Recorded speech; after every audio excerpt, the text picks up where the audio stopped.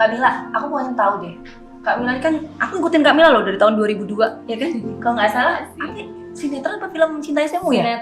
Sinetron ya, Cinta SMU aku nonton, ya kan? Ganteng-ganteng serigala aku nonton. Terima kasih. Bapak juga nonton. Nah, Kak Mila, tapi dari sepanjang karir Kak Mila ini memang dulu cita-cita jadi artis? Enggak tahu ya. Jadi karena aku udah mulai karir tuh dari umur 10 tahun. Kalau ditanya dulu ya anak umur segitu kan cita-citanya biasanya jadi Dokter, jadi gitu, pilot, ya kan? desainer gitu ya, jadi pengacara lah gitu. Jadi ya waktu itu sih cita-cita aku masih berubah-berubah sejujurnya. Tapi ya karena udah mulai dari umur 10 tahun, terus aku ngerasa emang karir aku di dunia entertainment itu kayak udah diatur banget jalannya sama Tuhan gitu ya. Jadi ya udah kelihatan aja dari umur segitu tuh career path aku ada di sini gitu. Dan akhirnya aku ngerasa ya udah kenapa aku harus coba yang lain gitu. Aku emang ngerasa aku harus fokus di sini aja gitu. Jalannya udah di sana gitu ya. Semesta aku nggak, semesta mendukung nggak? Semesta mendukung gitu. Tapi memang sebenarnya walaupun seperti itu nggak jadi bikin aku kayak oh ya udahlah udah syuting udah kerja terus udah nggak usah lanjut sekolah lagi atau nggak usah kuliah lagi gitu. Tetap harus pendidikan nomor satu. Pendidikan penting gitu karena menurut aku ya pendidikan itu berpengaruh banget sih, bukan cuman pendidikan apa ya mungkin secara formalnya aja tapi gimana kita bisa bekerja sama orang atau kita manage sesuatu gitu atau kita mengatasi permasalahan itu menurut aku dasarnya itu bisa kita dapat dari pendidikan juga ya gitu. Jadi aku takutnya soalnya banyak nih aku dengar anak-anak zaman sekarang millennials yang udah cita-citanya mau jadi influencer terus kayak udah nggak usah kuliah gitu kan, kayak tetap harus pendidikan nomor satu. Tapi ada satu hal yang aku pelajari dari Kak Mila waktu tadi Kak Mila ngomong, kalau mau sukses kunci sukses adalah fokus pada apa yang diyakini akan menjadi kesuksesan di diri kita. Benar nggak Kak? Iya. Udah kayak Vita Teguh belum Kak? Iya, jadi harus tahu passionnya ya. Iya. Harus tahu passionnya. Nah, Kak Mila berarti udah berapa tahun tuh berkecimpung di dunia jadi aktris gitu? Total dari tahun 2002 ya awal ya berarti? 18 tahun. Udah 18 tahun. Nah Kak, udah 18 tahun berkecimpung di dunia sebagai artis lah ya, atau aktris. Nggak bisa dipungkiri Kak, banyak pandangan orang di luar sana kalau bicara soal public figure pasti kehidupannya glamor, ya kan? Banyak perspektif-perspektif orang-orang di luar sana seperti itu. Nah kalau dari Kak Mila sendiri gimana nih sebagai seorang public figure sudah 18 tahun berkecimpung di dunia entertain untuk mitigasi diri sendiri, terutama salah satunya adalah soal gimana pola hidup sehat.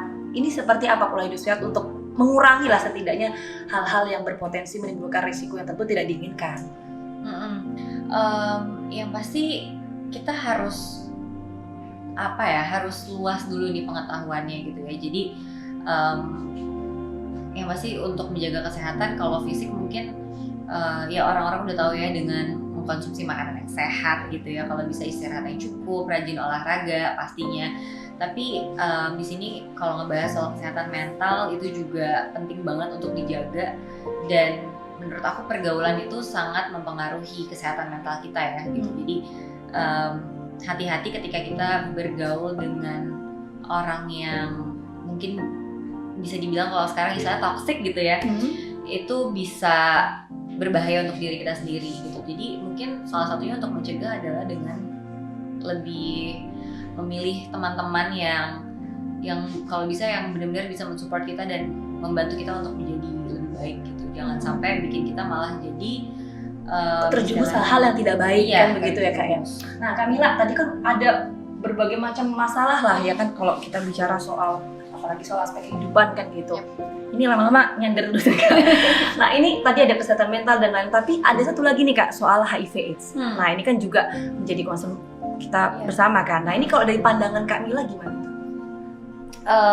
Kalau menurut aku HIV itu sebenarnya masih banyak orang yang kayaknya kurang paham ya tentang HIV, kayak gimana cara menghindarinya, apa yang bisa bikin virus atau penyakit ini tertular gitu. Jadi menurut aku mungkin harus harus lebih banyak cari tahu lagi soal HIV/AIDS ini. Nah, bener Kak Mila, aku potong nih. Ini menarik nih. Tadi kan Kak Mila kamu bilang kalau harus tahu soal gimana cara terhindar dan lain sebagainya. Nah, Kak Mila 18 tahun berkecimpung di dunia entertain. Gimana sih Kak memprotek diri sendiri untuk perilaku hidup sehat? Gitu.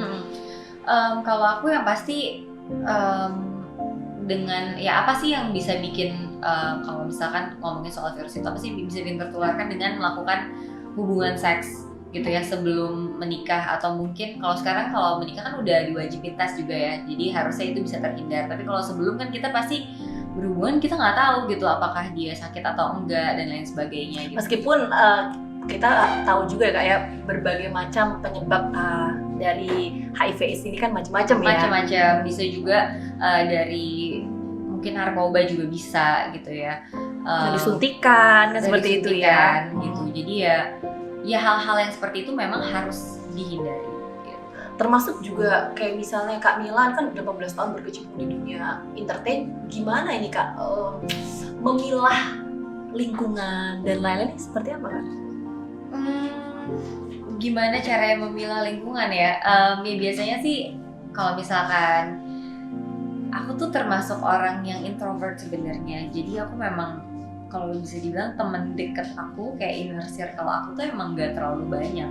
Mungkin aku punya banyak teman, ya teman kerja gitu ya, tapi ya yang benar-benar jadi inner circle aku tuh cuma sedikit dan orang yang aku percaya aja gitu.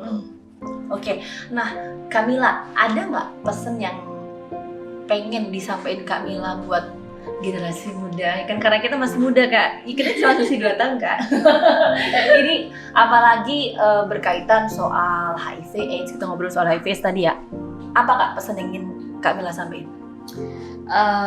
Oke, menurut aku sekarang ini kalau misalkan emang ada teman atau keluarga yang kita tahu dia sudah terkena HIV/AIDS atau orang dengan status HIV/AIDS atau ya, orang lain dengan status itu jangan dijauhin gitu, karena ya kita harusnya bisa tetap mensupport dia. Kita mungkin bisa ingetin dia untuk selalu minum obatnya gitu, karena ada kok kemungkinan untuk sembuh tuh bisa kalau emang mereka mau berusaha dan tetap menjaga hidup sehat ya kan. Gitu. Jadi jangan dijauhin, karena kayaknya masih banyak orang yang kayak ngerasa wah orang yang berstatus HIV/AIDS itu bahaya, kita harus jauhin. Padahal kan sebenarnya tertularnya juga nggak segampang itu. Jadi kita nggak perlu sampai ngejauhin mereka juga gitu ya. Dan stigmatisasi itu yang penting ya Kak iya, ya, stop stigmatisasi buat orang-orang dengan status HIV/AIDS. Benar. Terus untuk yang memang ya kita semua masih sehat juga, jangan sampai kita akhirnya terjerumus ke dalam pergaulan yang tidak baik atau yang hal-hal yang bisa membuat kita akhirnya tertular penyakit tersebut gitu. Dengan cara ya itu tadi, kalau bisa jangan berhubungan sebelum nikah, terus jangan narkoba gitu. Ya itulah mitigasi-mitigasi yang bisa dilakukan ya Kak ya, setidaknya untuk terhindar dari hal-hal yang berpotensi tentu yang kita tidak inginkan ya. Nah Kak Jessica, terakhir tadi pesan-pesan udah disampaikan ya Kak Jessica ya. Mungkin buat generasi muda nih sekarang ini, apalagi Kak Mila kan tadi tuh aku bilang followersnya banyak banget. Aku semoga bisa tertular seperti Kak Jessica. Ini yang kita nggak bisa memungkiri sih Kak, sekarang udah masuk era revolusi industri 4.0, artinya akan mengarahkan digitalisasi. Peran dari anak muda ini seperti apa sih Kak? Terutama untuk mengedukasi hal-hal yang tadi kita obrolin panjang soal kesehatan mental, soal HIV/AIDS. Gimana Kak? Menurut aku anak-anak muda harus lebih peduli terhadap isu ini.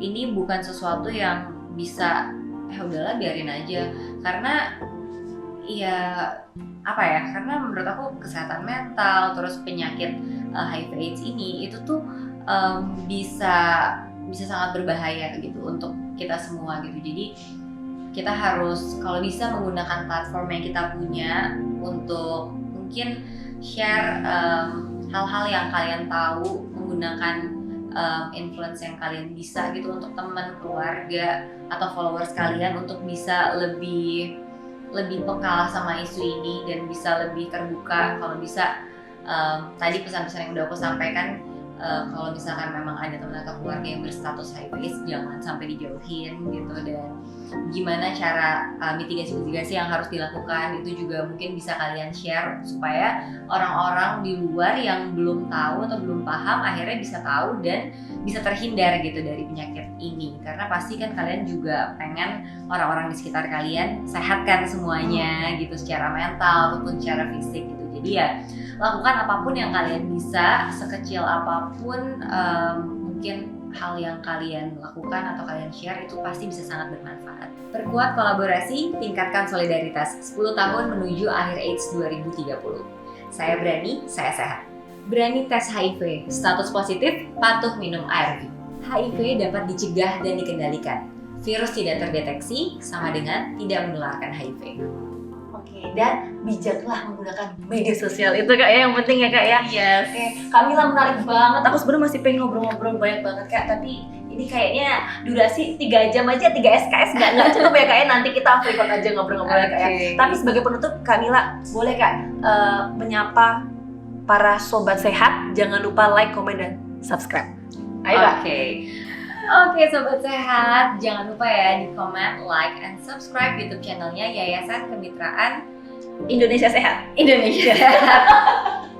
Oke Kamila, terima kasih banyak Kamila, semoga sehat selalu. Oke, dadah semuanya, tetap saksikan di channel YouTube YKIS Yayasan Kemitraan Indonesia Sehat. Semoga sehat selalu. Bye.